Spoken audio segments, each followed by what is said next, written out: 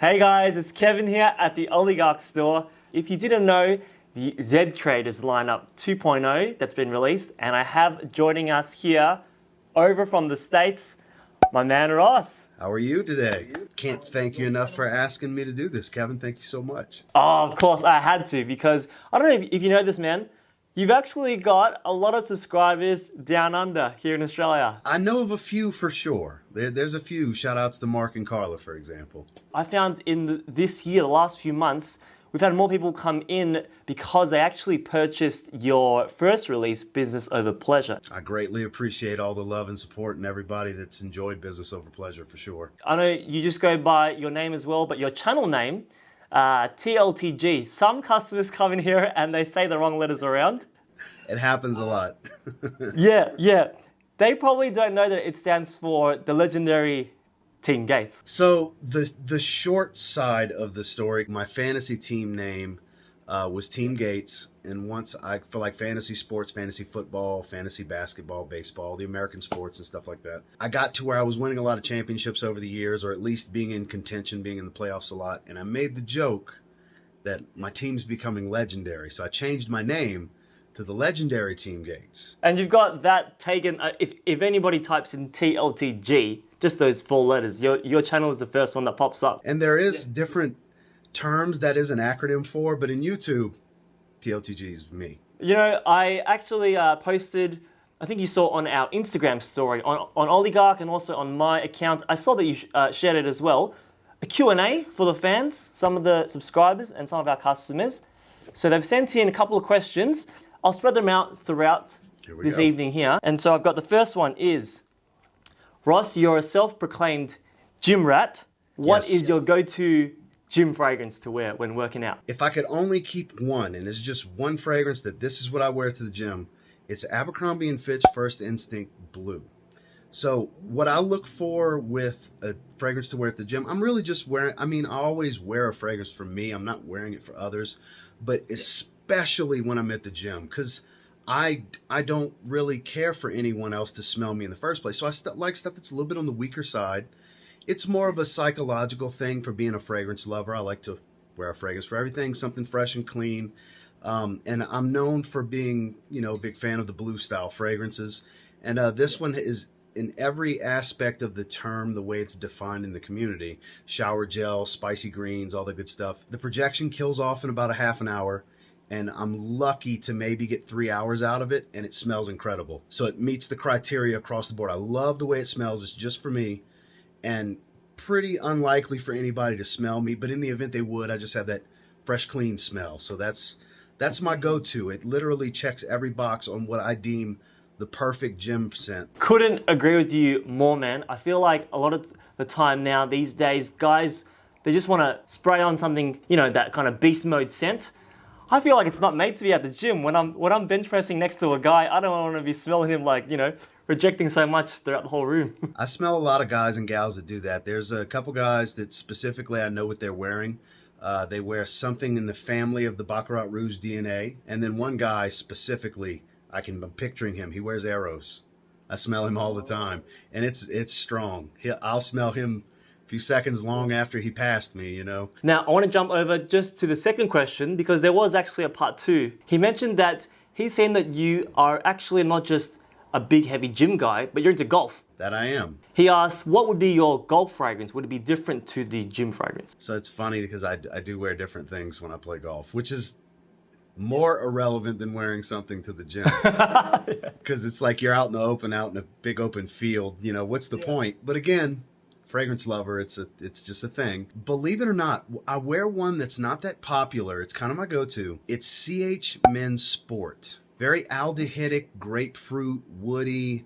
It has the sporty tone. It does fit the name a bit, but I can see where some find it it's known to be kind of a polarizing fragrance. Some people can't stand it. It actually, I don't know, it's just something about the scent profile kind of fits being outdoors. So it's kind of my go-to when it comes to playing golf. But great question though. Nobody ever asks me that. I want to do a quick pause on the Q&A. We've got some more questions, but got to show some love here to I like to call it season 1 of the Zed Creators. Yeah, and now we're in season 2, man. Huge shout out to everyone who supported you and also the other, like Andrea and Justin as well, with the first lineup here. This was an awesome creation, man. This is like, this is actually my second bottle. Really? Yeah, the first bottle I purchased, wanted to support, but then I think George must have found out that I bought it, and so he gave me a second bottle. George being George, that's for sure. Yeah. Obviously, shout out, much love to our dear friend George. You know, he's just a spectacular guy. That he is, and we went ahead and shared a box together. Perfect segue into now the 2.0. So the first thing you notice is the 120 ml size. So it's double the juice, right? George being very involved in the first one, tell me how you came about with this second design here and this theme for the Evening Mystique. With Evening Mystique, this is the other side of the personality to the same business professional. This is a continuation of the story, which we'll cover a little bit more as we get into the box presentation for Evening Mystique. So when I had the conversation with Claude, before we were even sold out at this point, I had people ask if I could do it again, what would I do? And I already knew the idea and the path. I wanted to continue the story if we could. And once we got to where we were getting to the end, George came up with the idea of, we're probably going to do this for a second round. So I was prepared at that point. Not too long after this sold out, I had a conversation with Claude. We started working and told him exactly what I would like to do. He asked me if I wanted a little bit of Business Over Pleasure's DNA in there. I said, yes, this is going to be a true flanker. I would like it to be tied together. But the whole purpose behind Evening Mystique is this Business Over Pleasure was your safer daytime professional wear. This is the loud, abrasive, brash, and attention-seeking side of the personality, because that has to be suppressed when handling day-to-day business in your professional life. Whereas this is the cut loose side of the personality. Yeah. This is the evenings, hence the name. This is the weekends. This is those times when the tie comes off and you cut loose. This is the attention seeker. This is a much louder, much more intense fragrance overall. It's a 25% pure parfum. It is very resinous and smoky, but still maintains that waxy, powdery iris from the first one. It's a little bit more waxy than it is creamy, because of the carrot seed working hand in hand with the iris this time around. A lot of resins, 2 different types of incense, as well as myrrh, orchinox from the ambergris family, some patchouli and such. Just an all-around richer, deeper, louder experience. It's kind of the polar opposite, while still maintaining being the same person, hence the DNA tying them together. This is the story of one person. You know what's crazy? The last few weeks, we've done all the promotions on pre-order and people are buying your fragrance without smelling it. They're like diehard TLTG fans, they're diehard Zaharoff fans. Thank you so much. And I've never seen anything like this where pre-orders have been selling like crazy and no one have actually smelt it yet. And so I see some notes here like the angelica root, the carrot seed. How does that play a part in your fragrance? Because to be honest, I've actually never come across perfumes that have these kind of notes in it. So the angelica root, are you familiar with maybe Prada Luna Rosa Black, for example? That's the other fragrance that comes to mind that features a prominent angelica root. It's almost like, think back to when you were a child. Do you remember Play-Doh? Yeah. Remember the smell, that distinctive smell that Play-Doh has? So picture a little hint of that in the top note of this fragrance. Once Claude decided, because that wasn't something I requested to use, that was just Claude working his magic to create the fragrance. And I noticed it's got a little hit of that Play-Doh smell, just a touch, in the top, like Prada Luna Rosa Black. So I've come to the conclusion that that's what angelica root actually smells like as a standalone. There is an ambery feel here, but the carrot seed, because I told Claude I didn't want it to be as creamy this time around, I think that's why he brought the carrot seed into the fold, because traditionally that creates a little bit, it kind of works hand in hand with iris and orris root. It gives off a similar tone, but this kind of contributes to making it a little bit more waxy than creamy. And I think that's why he chose to go that route when he was blending the fragrance, because we didn't go through a lot of modifications. He sent me 4 renditions initially after we had our conversations of what we wanted to do, and I picked my favorite and we tweaked from there. We did 4 modifications from there, so 8 total is how you can look at it. I went about 2 months with the previous rendition before this one. It was very good, but it just felt like something was still missing, and I was a little nervous to call Claude about it too, because so much time had passed. I didn't want him, being in my own head, I was worried I would insult the man, which was far from the truth. Had a conversation with him. In my gut, I felt like if we could add a little bit of a balsamic resinous feel to this fragrance, that it would really get the vision complete to what I had in mind. And we started spitballing. You know, he was talking about maybe adding oud, potentially changing to a darker patchouli, you know, just kind of talking it through. And he was going to make a few renditions for me of the things we talked about. Well, he made the resinous rendition first, and he impressed himself so much that he only sent me the addition, the reblend and rebalance that added olibanum resin and myrrh. He emailed me, copied Mon, and said, Ross, I just sent this one out. I think it's magnificent. Call me as soon as you get it. I want your live reactions to this. And I was blown away. The brilliance of what came from this, because I'm so honored to be able to work with Claude. That man is such a genius. Once someone can really understand you, it's easier to create with them, you know? And I think that's why Zaharoff is able to be the way it is, because Claude understands George as well. Because Claude has perfumed all of George's fragrances. And this is just so magnificent the way it came out. If you like Middle Eastern style fragrances, and or florals and spices, this is going to be a favorite for a lot of people. When I had dinner with George, he was explaining to me, like, when he wanted to relaunch the Zaharoff house and break out into the niche fragrance space, he specifically spent a lot of time searching out Claude Dior, because I think, if I remember correctly, Claude went into retirement and only just came out to help George to bring his baby to life.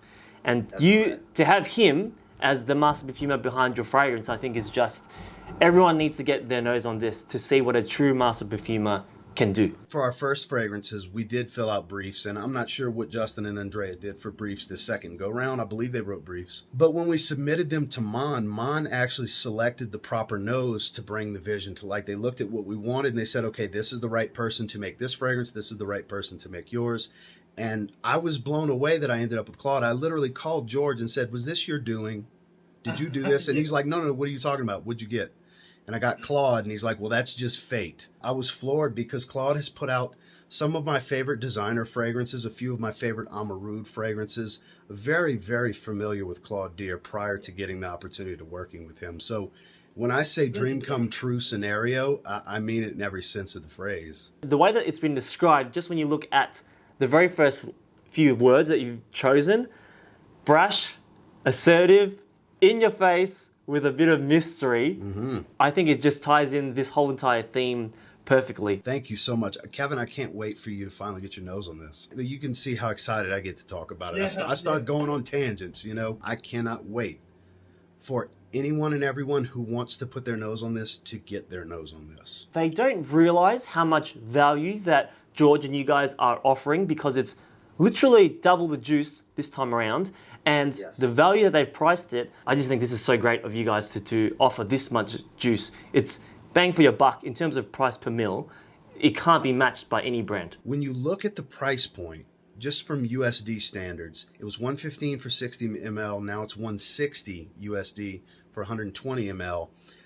It's $45 more for double the amount, as you were saying. And when these packages actually get in people's hands before they even get to spray these fragrances, and I try to say this as humbly as I can, it's literally a wow type of experience when you get these in hand. You feel the weight, you look at the detail and the quality. So this is actually to replicate a theater movie poster. So for those of you that saw my initial launch video, I actually did it in a theater locally where I live.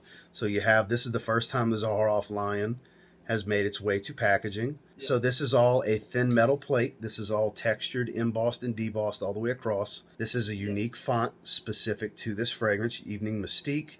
And as you can see, it's Business Over Pleasure Act 2. So we went with Act 2 instead of Part 2 to tie into the theatrical theme. Then you have the masks for the theater. And it really encompasses all of that. And then our initial idea was a burgundy velvet bag to put the bottle in, but that wouldn't fit in the box. So we decided to put the velvet around the top of the box instead. That again ties into the whole theater theme. So think velvet ropes, think velvet seating, the velvet curtains on stage, and this is actual velvet as well. And then when you open the box, there's that metallic burgundy as well, which actually reflects through when you have the bottle, it's the entire experience. Yeah, you can actually see the burgundy sitting on the back. It's like being in front of the curtain. When they're buying the bottle, what I think some people it just maybe skips past them is that you're getting so much work. Just all the detail that you're pointing out now, and I'm sure there's going to be more when I'm holding it in my hand as well. That's the thing, the visual doesn't do the justice of once it's in hand. It's a unique experience when in hand. I can show you, but you can't truly understand all the minute details until you actually get it in front of you in hand. Now, Zaharoff, before the Zed Creators, the first edition started, how did you get involved? When I had just started my channel, I had already had a sample, 2 samples actually, of Signature Pour Homme.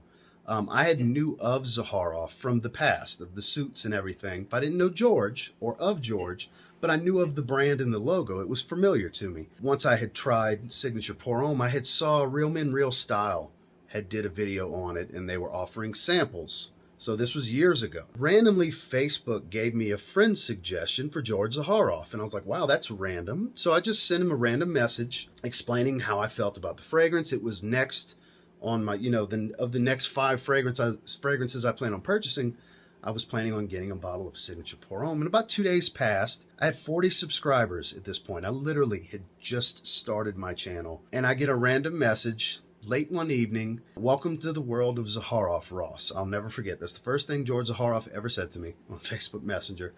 And we just ended up having a conversation. And as time progressed very quickly, we started to really understand one another and build a bit of a friendship. And George has been with me pretty much the entirety of my channel. He decided he wanted to send me a bottle of Signature Pour Homme, which I was flabbergasted because I'm a 40 subscriber channel with like 2 videos. Who am I? That was the mentality. But it just goes to show who he is. He doesn't look at social presence. He looks at the person and their character. He invests in individuals. He invests his time in individuals. And the bottle came in the day I hit 100 subscribers. And then my 1,000 subscriber giveaway, he decided to give a bottle and allow me to do that on my giveaway. It's just, he's really been with me the entirety of my growth, the entire path I've walked here on social media in the fragrance space. And I'm forever grateful for the friendship and the opportunities that he has provided. It never goes beyond me at the opportunity that this actually is, because it really is such a unique experience. Just based on, for God's sakes, me and George are on a playing card on the first one. Exactly. And on the back of the bottle. It doesn't get more original than that. It's mind-boggling to me what we're able to do here, and the love and the support from everybody in the fragrance community is just unbelievable. Like you said, there's people buying this without having smelled anything yet, which goes against even what I preach to people about sampling first. But it just goes to show that people, when they see a certain thing that they believe is value for their money, and or people they really like and want to support, they have no problem supporting. And we are definitely truly thankful for all of you. I've got one last very important question from, I would say, one of your biggest fans, one of your friends, Kevin from Oligarch. Thank you, Kevin. This question here is, do you have any plans to visit Australia? I would love to do so. Logistics and financials always play into it, Have you been to Australia? I have not. I have not been outside of the United States. But you never know, because I just got my passport. It's literally right here. It's literally right here within arm's reach. Just came in about a week and a half ago. So I do plan on traveling abroad a bit more in the future. When, not if, but when I can come to Australia, you will be the first person to know. Trust me. You gotta call me. Hell yeah. Absolutely. Hell yeah. Ross, my dear friend, when you have plans to come to Australia, you've got my number. We'll be in touch. Thank you so much for doing this, Kevin. Thank you so much for inviting me on. And thank you everyone who has pre-ordered. Even if you haven't pre-ordered, when you get to smell it, I hope you're blown away. I'm so proud of what myself, Claude Deere, and George Zaharoff were able to bring to life with Evening Mystique. I cannot stress enough how excited I am for all of you to experience this. For all the fans, for all of our customers, you guys know Zaharoff is available exclusively at Oligarch. So come down to the store to try the new creation, Evening Mystique. If you're outside of our city, you guys can jump on our website.